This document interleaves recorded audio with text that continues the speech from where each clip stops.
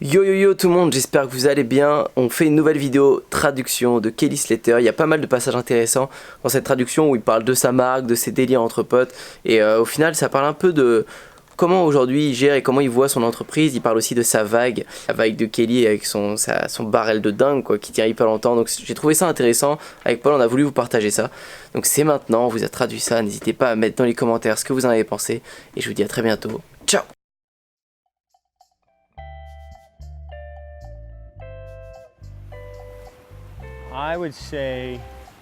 Mon secret, je sais pas, je dirais que j'adore le surf plus que n'importe qui autour de moi.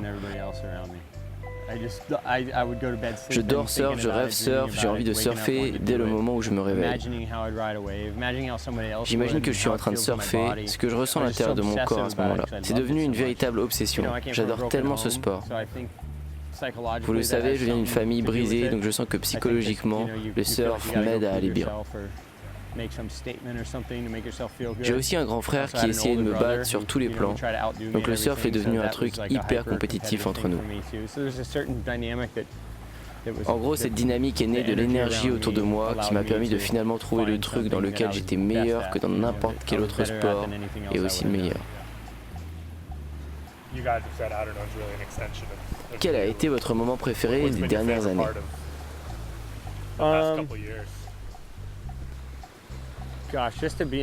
Juste le fait de pouvoir surfer, d'en faire une réalité, c'est un super sentiment. C'est mon moment préféré. Je dirais le fait de voir les événements s'enchaîner et d'avoir mis au point une marque de vêtements de surf.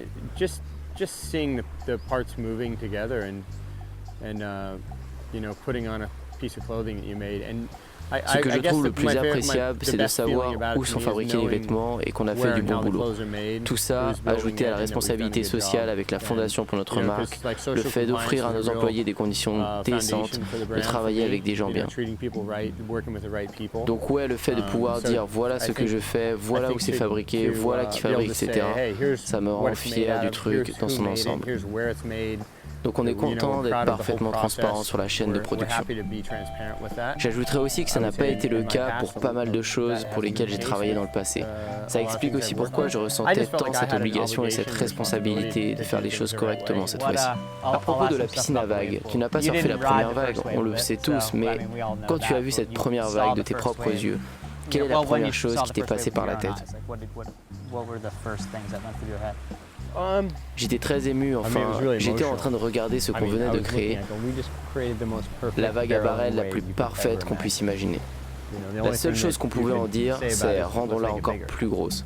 On peut littéralement s'asseoir dans le barrel pendant 30 secondes et c'est juste incroyable. On vient donc de créer le plus long barrel que tu expérimenteras de toute ta vie.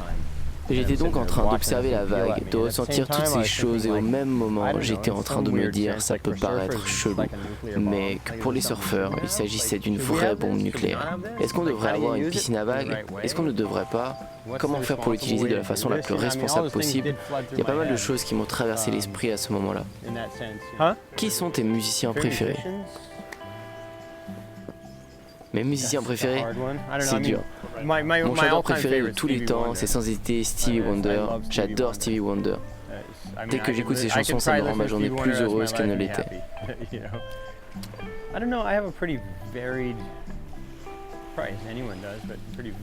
Mais sinon, j'aime des styles de musique plutôt variés. Enfin, je veux dire, j'adore Aretha Franklin, Ella Fitzgerald, Bell X1, Little Dragon,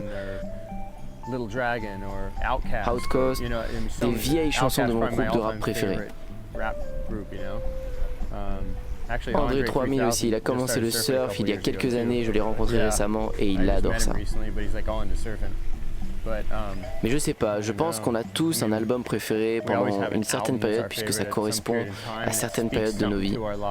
Je me souviens en 1998, je voyageais avec Shane Doyan et on écoutait le groupe de rap The Lox et Mace. Les gens ont toujours pensé que c'était des groupes de bad boys, mais pas tant que ça au final. Je vous jure, pendant toute l'année, c'est tout ce qu'on a écouté, ça et Jeff Buckey. Genre à quel moment les deux vont ensemble? Mais en tout cas, l'un comme l'autre était aussi important à mes yeux à cette période de ma vie. J'écoutais juste 24 Hours to Live. Ouais. Just think, where would you go? What would you do? Who would you screw? Who would you want to notify? Or would you want to deny that you was about to die? Trop bien. Avec Shane, on avait l'habitude d'écouter ça et d'aller surfer ensuite le soir. Je buvais une bouteille de vin et en écoutant Jeff Buckley, je pleurais tout seul dans un coin de ma maison. Les montagnes russes émotionnelles, comme on dit. Vous vous souvenez, je portais ce chapeau avec les écritures en bas là. Je refuse de m'en souvenir.